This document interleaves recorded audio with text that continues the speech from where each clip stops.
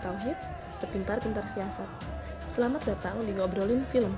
Kutipan tadi diambil dari salah satu film nasional yang akan kita ulas hari ini. Ya, film tersebut berjudul Guru Bangsa Cokro Aminoto. Nah, ngomong-ngomong tentang film Guru Bangsa Cokro Aminoto, film ini dirilis pada tahun 2015, disutradarai oleh Garin Nugroho. Film yang menceritakan tentang biografi tokoh pahlawan nasional Cokro Aminoto ini diperankan oleh aktor Reza Rahardian loh teman-teman. Film ini juga melibatkan aktor dan aktris lain seperti Putri Ayudhya sebagai istri Cokro Aminoto, Ibnu Jamil sebagai Haji Agus Salim, Tata Ginting sebagai Semaun, Deva Mahendra sebagai Soekarno, dan almarhum Ade Firman Hakim sebagai Muso.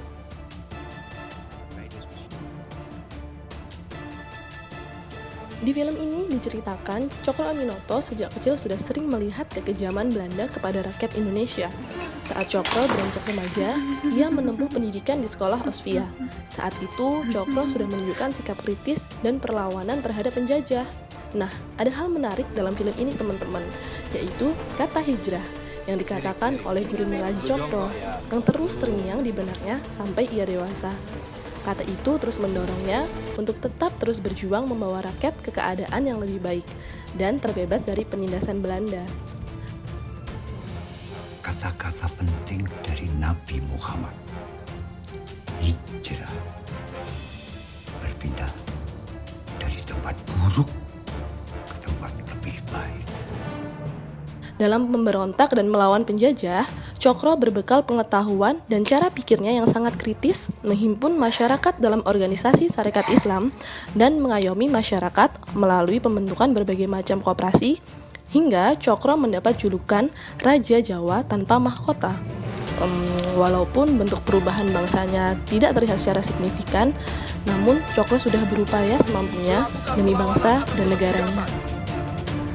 Agar semua rakyat Nusantara tidak lagi dipandang sebagai seperempat manusia. Hidup yang utama! Selanjutnya, nilai-nilai nasionalisme apa aja sih yang ada di film ini? Yuk kita bahas satu-satu. Sila pertama, ketuhanan yang Maha Esa. Ketika Cokro kecil mendapat wejangan dari guru ngajinya tentang hijrah dan iqra, kedua hal ini dijadikan prinsip hidup Cokro.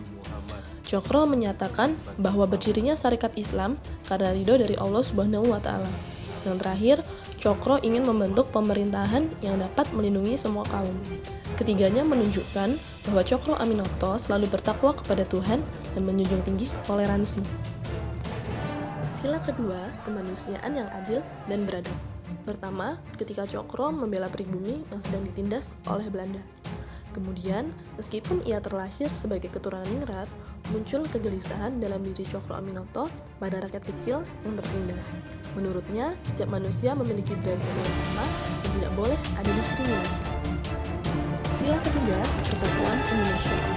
Ketika Cokro melihat pertikaian yang terjadi antara kaum Tionghoa dan Jawa, Cokro mulai dan menegaskan bahwa kita harus bersatu melawan penjajah. Lalu Cokro memberikan orasi pada rakyat agar bersatu dan terus berjuang dalam melawan penjajah. Inilah bukti bahwa Cokro selalu mendorong semangat persatuan dan mengesampingkan perbedaan. Sila keempat, kerakyatan yang dipimpin oleh hikmat kebijaksanaan dalam permusyawaratan perwakilan. Dalam kongres ini, ada beberapa hal yang harus kita bahas bersama. Tanah ini sudah tidak lagi sepantasnya dipimpin oleh negeri Belanda. Evolusi dan evolusi hanya dipisahkan oleh huruf R. R itu rakyat. Kedua adegan ini menunjukkan bahwa Cokro sangat mengutamakan kepentingan rakyat. Ia selalu mendengarkan keinginan rakyat dan menjunjung tinggi kedaulatan rakyatnya. Sila kelima, keadilan sosial bagi seluruh rakyat Indonesia. Adegan ini menunjukkan Cokro tidak ingin mengotak-ngotakan masyarakatnya. Caranya dengan membentuk satu organisasi yang dapat mengayomi seluruh jenis masyarakat. Inilah wujud dari keadilan sosial yang diterapkan oleh Cokro, sesuai dengan tujuan bangsa Indonesia, menciptakan kesejahteraan sosial tanpa adanya kesenjangan sosial, ekonomi, budaya, dan politik.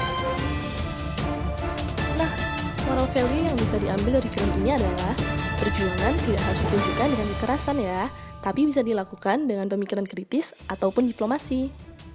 Lalu, Masyarakat yang Kita belum memang atau tidak tidak bisa percaya pada sampai false card false card menyatakan sesuai. bahwa false card hanyalah hiasan mulut saja.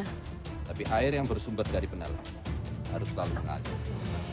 Bicara tentang kelebihan film ini, menurut kami setting tempat dan properti yang digunakan juga bagus guys. Nah, film ini juga merangkum berbagai kisah sejarah yang ada di tanah air. Dan pastinya, sutradara memasukkan unsur-unsur kedaerahan juga nilai-nilai nasionalisme. Nah, kelebihannya udah kan?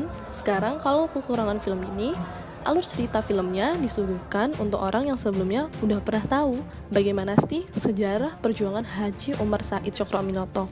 Dan film ini juga dibatasi oleh time frame hingga tahun 1921.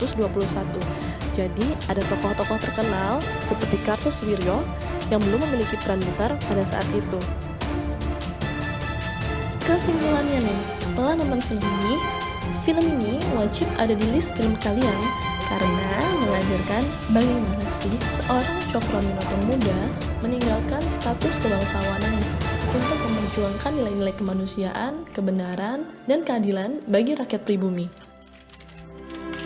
Kemudian, film ini bisa menumbuhkan rasa cinta kita kepada Indonesia.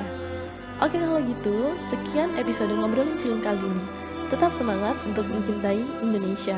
Bye!